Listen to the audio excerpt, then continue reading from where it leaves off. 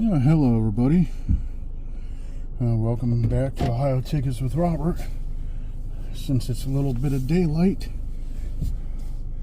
and I got out of work a little bit early since I went in early, I stopped at our local, not local to me because I'm in North Canton, but I stopped at Marc's to get my roommate and her son some supplies. They don't know that I did this yet, but I'm on my way home now. I don't have far to travel, so to speak, so I figured I would take you guys for a little bit of a ride.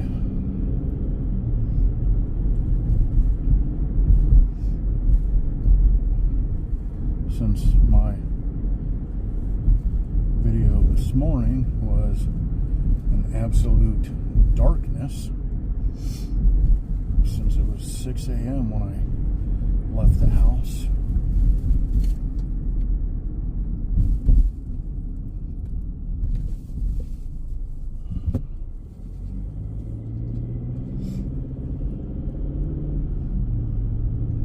Don't come down here too often.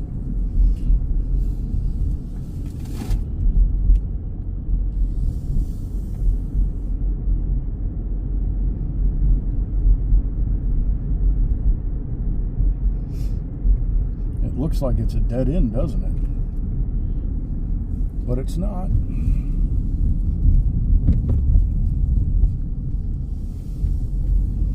No, I don't know. I mean, I have the camera on my cell phone that I'm using on normal.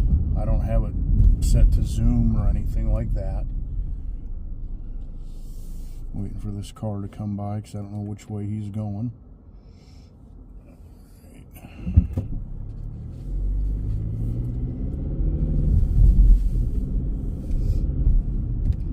No, you couldn't see the car because I just noticed something on my cell phone. Let me see something. There we go. Back to 6 now, so now you get a wider view of where I'm driving. I didn't realize it was already zoomed a little bit. My bad. Sorry about that. So now you can see a little bit more of the surrounding areas instead of just down the center of the... So if I would have noticed that, you would have seen probably that car coming down to make the turn next to me. But since I had it a little bit of a zoom, you weren't able to see that. Okay, this is bringing me out to Apple Grove, and I will take a left onto Apple Grove, and then I will hit Market Avenue and basically take Market Avenue practically almost home. And we're on Radford right now. We just came through Bobolink. Come on, cars. There's like a whole slew of them coming, and I got a pickup truck that's... Nope, not gonna make it because the pickup truck went slow. You normally, when they see somebody's trying to pull out, I don't know, in the UK or around the world, but usually when someone is trying to pull out and they see a whole bunch of traffic coming, and usually there's only one car coming, they for some reason always speed up. Don't know what the problem with that person is, why all of a sudden they decide to speed up when they see you trying to pull out in front of a whole slew of traffic, so you don't get, wait forever. And yes, that was a yellow light, but as long as you're going through and the light is still yellow, you will not receive a ticket. It's only when it's clearly red and you continue through the intersection, and if it's a quick yellow, sometimes they will be lenient and say, well, he was already out in the middle of the intersection past the point of no return, and then they usually will just say, just watch, some of these lights go a little quicker, and they usually don't give you a ticket and stuff for that. But it's 45 through here. Just figured you guys might want to see some of the areas that I drive around. Yep, that was an old basket from I'm not sure if it's a steam shovel or what they used it for, but that had the big chains on it, so I'm assuming they used that after they've moved some of the topsoil off, and they used that to grab the dirt underneath and haul it off. But I'm sure somebody will know in the comments, or if anyone watches this video. Let's put it that way. Alright, we're at Elmhurst and Apple Grove still. Haven't got to Market Avenue yet. Some rather nice homes in the area around here. There's the one here.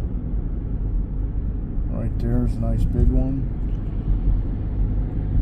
Probably around 300 to 500,000 for that, or could even be more. Not sure. I noticed a lot of homes in the UK go for really high prices, and I don't know if it's because of the region they're in. I was watching, and I think his first name is Gary. I could be wrong, but he's a real estate agent in Norfolk, Norwich. Anyhow, for I think it's Longfellows or Longs or something like that. I apologize. I'm just going off the top of my head right now, so if I butchered up the poor man's channel, I apologize. But I was looking at some real estate videos that he posts for his job, and I'm amazed at some of the prices, because it's like, I looked at this one that was under 200,000 pounds, a little bungalow, and yeah, it did look like it needed fixed up in some areas, but it had a ton of land with it. I mean, it just looked like, and it could be the way he was filming it, but it took him a bit to get to the other part and show some other features of the backyard and stuff, and I'm like, that's amazing that with that much land, that this place is only going for this amount of money. And then I saw another video where he showed a house that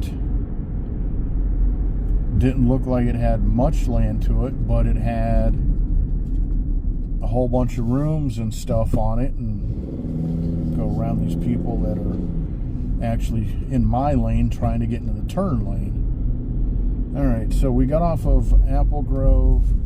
Now we're on Market. That's one of the stores I will stop at sometimes and get scratch-offs occasionally. Not often will I stop there. Usually stop there and get the roommate her smokes there. Sometimes. But anyhow, yeah, I was just amazed at some of the house prices for, you've got this huge plot of land and such a little house on it, and then you got this one place with hardly any land, and they want almost £500,000 for it. And I'm like, holy smokes. I know sometimes your guys' weather is, sometimes you can have what you call, I guess, a rainy summer, where it may only be 5 to 10, 15, maybe 20 days where it's absolute gorgeous and pure sun and no rain or high winds whatsoever. Obviously, I could, I'm probably exaggerating, but I hear people that, joke and say about the British summer, so, you know, take what I say with a grain of salt, please. I'm not trying to insult anybody or anything. It's just like we have a saying in Ohio: if you don't like the weather, wait 5 minutes, because Ohio is bipolar when it comes to the weather, and I'm sure somebody's going to say, "Oh, that's not nice that you say that." And it's like, well, I'm sorry, but it's the only way I can describe it, because it could be bright and sunny 1 minute, and it could be hail and rain within a couple minutes, and then that could come down hard and heavy, and then it, you know, can change to just blustery winds and stuff, and then that could change again, and we get, I mean, it's a gauntlet. Sometimes we have no idea what our weather can do. But as you see, I live quite a distance from work. I'm already up to 11 minutes, and I actually didn't start this until I was in North Canton, when I stopped at the one store when I was leaving, actually. And I'm still not close to being home yet. I mean, I got about, according to my Google Maps on my until my touchscreen of the car, it says I have about 7 minutes, but the fact of the matter is I have traffic in front of me that sometimes you never know what they're going to do, or the people ahead of them never know what they can do. Passing a monastery / church. They usually have soup and bread sales. It's Poor Clare's of Perpetual Addition. I apologize for messing that up, because I just noticed the last word and saw it kind of out of the corner of my eye. Alright, now I'm turning on to 39th and going past a golf course that, well, I will be going past a golf course once I get past the top of the hill, that I used to play with my grandparents when I was really young, and took a few lessons. With my shoulder being what it is now, I can't even swing a club that well, and I can't even bowl anymore, because I used to put my ball over top of my head with my shoulder being the way it is. I just can't do that now. But this is the golf course. It's I believe 9 holes. Yes, 9 holes on each side. I'm not sure. There's one of the fairways. Put this back up because I don't want to get yelled at for filming while holding it. So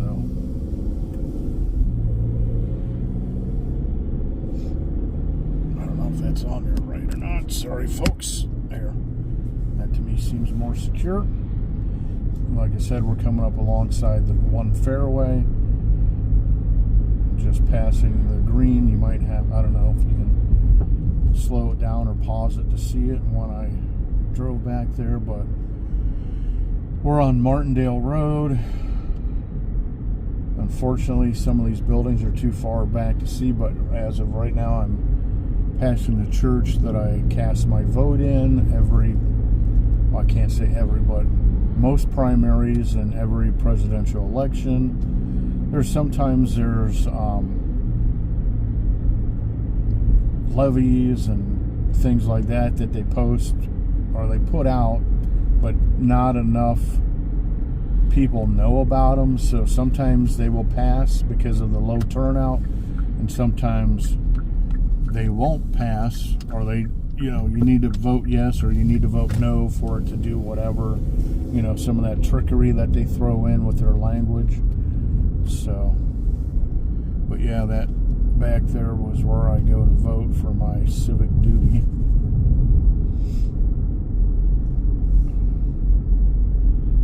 Down here at this stop sign, I used to make my turn here to go across the 62 highway, but they've put that there now because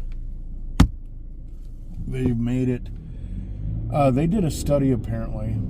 I've lived in the area over 20 years now plus, and can't remember too many accidents happening, but they've said that the curve back there was too dangerous for when truckers and other people were coming around the corner, and decided that they needed to redo 62. So now the way to get to my home, I got to come down here to this traffic light. Oh, good. We got here just in time because it's going to go green. And there it goes. All right. Going across 62, Route 62. It's a state route. Now I'm in my neighborhood, so to speak. I'm not sure what they call this area. I just know from when when I bought this house, I was married for the second time, but I know when we looked at the mortgage and all that stuff and the signing the deed and all that, it said that we were in Windsor Estates. I'm on St. Elmo now, crossing, what is that, Milford, or, no, not Milford, jeez. Well, I'm passing 29th now, 29th and St. Elmo, getting ready to turn onto 28th Street, and there's a school bus right there. For some reason, it wants to take most of the road. And coming up to this big yellow banana is my house. So I'll pull in and shut this off and post it sometime. You guys have a good night. Bye.